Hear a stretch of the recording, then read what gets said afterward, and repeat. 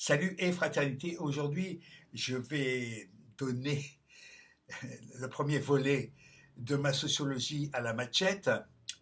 Et évidemment, je vais commencer par quelqu'un qui le mérite largement. J'ai nommé le socialo pâté de foie rillette. C'est un portrait. Il te prend par le bras pour s'attirer la sympathie, pourtant extrêmement rétive et quasiment génétique, tant tu éprouves de la méfiance vis-à-vis de sa fausseté intrinsèque. Il te parle comme en confidence et surveille tout autour de lui par des regards en biais l'adversaire politique, le camarade à trahir, l'allié écolo mal coiffé ou la courte maîtresse de son député qu'il adorerait séduire mais qui est déjà invité par le sénateur de droite qui se prépare à son prochain AVC et son discours sur la taxe carbone dont il se fout manifestement, trop occupé qu'il est à vérifier son taux d'oxygénation avec le petit palpeur, le petit fichier sur son index. Non, l'index c'est pas ça, c'est celui-là. J'ai toujours été de gauche, de cette gauche réaliste qui a laissé tomber les vieilles dunes du marxisme radical. Du marxisme, c'est comme des Arabes. Il y en a besoin, mais pas trop n'en faut. Hein. J'en parlais jadis à ce pauvre Béret, le pauvre. Quelle tragédie. Il porte souvent une veste noire et une longue écharpe rouge, sans oublier l'inévitable chapeau mitterrandien qui camoufle une alopécie précoce. Parce qu'il adore les combines de couloirs, les alliances meurtrières et les coups fourrés de motions machiavéliques, il arpente frénétiquement les congrès, les commissions, les colloques, les rencontres, les universités d'été où l'on peut jouissivement passer d'une félonie à une trahison, d'un croche-patte sournois à une conspiration en règle. Il a la fâcheuse habitude de se goinfrer de canapés et de mauvais champagne. Lui, son péché, c'est le Jack Daniels et les rillettes Bordeaux-Chanel. Bordeaux-Chanel.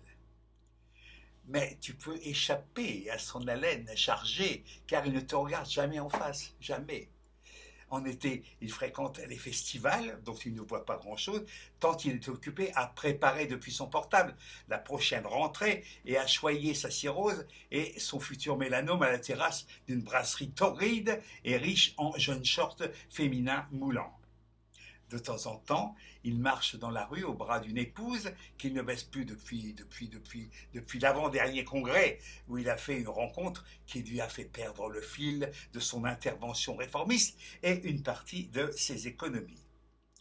Sous le soleil estival, il se couvre d'un bob, d'un short long ou d'un t-shirt au logo d'un groupe américain disparu depuis 3 décennies et marche dans des sandales qu'il a parfois l'extrême bon goût de porter avec des chaussettes en fil d'Écosse. On ne saurait oublier la banane, fourre-tout sur la bedaine confortable.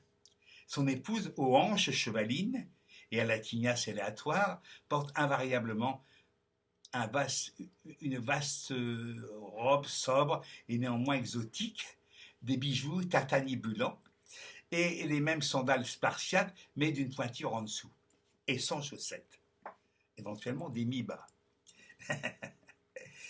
Dans ces lieux où l'intelligence créative est fort dense, le couple ne choisira que tout ce qui sera possible de passer ensuite à la télévision, c'est-à-dire les productions les plus médiocres et les plus consensuelles. Car le socialo a une culture de vernis et d'esbrouf. 2 ou 3 maximes, surtout pas de Grémetz, une sentence de Blum, une citation erronée de Jaurès et l'invraisemblable culot de Valls, Manuel Valls, pour balancer un truisme, et ça fait la rue Michel Charras évidemment. La version occitane de ce socialo au relaxum feutré d'Henri Gougaud, c'est-à-dire qu'il fera davantage le goût de la rigueur que celui du pastis Cavalis. Ce social-démocrate languedocien est volubile, pédagogue, charmeur, un tantinet condescendant pour tout ce qui se situe au-delà des Cévennes. Il a applaudi Marty et d'autres chanteurs régionalistes, mais il condamne les artistes indépendantistes catalans. Normal. Il a voté oui avec ardeur au traité de Lisbonne et à son préambule pro-libéral. En réalité, ce personnage qui se croit de gauche, qui en est même persuadé, qui a applaudi à Vive la crise en 1986 avec le Stahl repenti Yves Montand et l'inénarrable Laurent Geoffrin, vieil ami de Le Pen, qui a boursicoté sur les conseils de Jean-Pierre Gaillard de France Inter et de Bernard Tapie, qui a accepté 2 guerres en Irak tout en pleurant des larmes de crocodile sur les Hutus et les Tutsis. Je ne sais pas très bien lesquels c'était, ces gens-là se ressemblent tous. C'est évidemment précipité dans les bras de Raphaël Glucksmann, la créature de la CIA, comme le fut jadis Force ouvrière, en enterrant définitivement Pierre Mauroy et son orchestre de mariachi. Hasta la victoria.